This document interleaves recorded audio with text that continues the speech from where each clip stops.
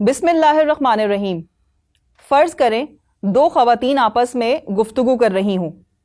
پہلی خاتون دوسری سے کہیں کہ بہن، ہمارے علاقے میں ایک ایسا ٹیوشن سینٹر اوپن ہوا ہے جہاں فرنیچر بہت اچھا ہے، پردے بڑے زبردست ہیں، دیواروں کا رنگ بھی بہت خوبصورت ہے، اپنی بیٹی کو وہاں داخلہ دلوا دو۔ کیا دوسری خاتون یہ کوالٹی سن کر مان جائیں گی؟ نہیں نا۔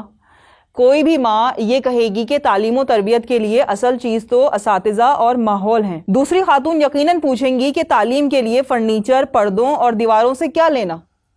یہ تو سیکنڈری چیزیں ہیں۔ یہ بتائیں کہ وہاں پڑھایا کیا جاتا ہے، وہاں کا ماحول کیسا ہے، استاد کون ہیں؟ ایسے کیسے ہم اپنی بیٹی کو بھیج دیں؟ پہلی خاتون بتائیں گی کہ وہاں یہ سکھایا جاتا ہے کہ ساس داماد پر ڈورے کس طرح ڈال سکتی ہے، سالی کس طرح بہنوئی کو اپنی طرف مائل کر سکتی ہے۔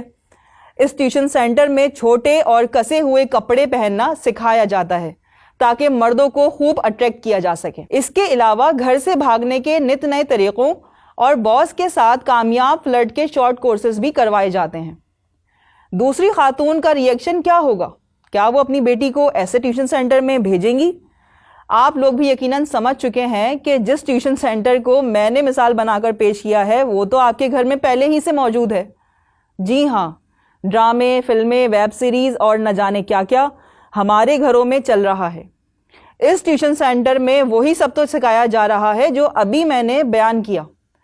پھر اس بات کا احساس کیوں نہیں جاگ رہا کہ یہ تعلیم ہماری بیٹیوں کی سوچ کو آخر کہاں لے جا رہی ہے؟ اگر آپ کو اپنی تربیت پر بھروسہ ہے تو جناب بالکل نہ کریں، کیونکہ تربیت کا اہم ترین حصہ یہ ہے کہ ہر غلط چیز سے اولاد کو دور رکھا جائے اور ہر گناہ کے امکان کو ختم کر دیا جائے۔ یہ نہیں ہو سکتا کہ ڈراموں اور فلموں کا زہر بھی پیتے رہیں اور تربیت کی ڈرپ بھی لگا رکھی ہو۔ اگر آپ اپنے دل سے پوچھیں تو وہ آپ سے جھوٹ نہیں بولے گا، وہ صاف کہہ دے گا تم اپنے نفس کی خواہشات کو پورا کرنے کے لیے جان بوجھ کر حقیقت سے نظر چرائے بیٹھی ہو۔ سورہ فرقان میں اللہ فرماتا ہے، کیا آپ نے اس شخص کو نہیں دیکھا جس نے اپنے نفس کو اپنا معبود بنا لیا ہے؟ ہم سب سچ جانتے ہیں مگر بات صرف سچ کو ماننے کی ہے۔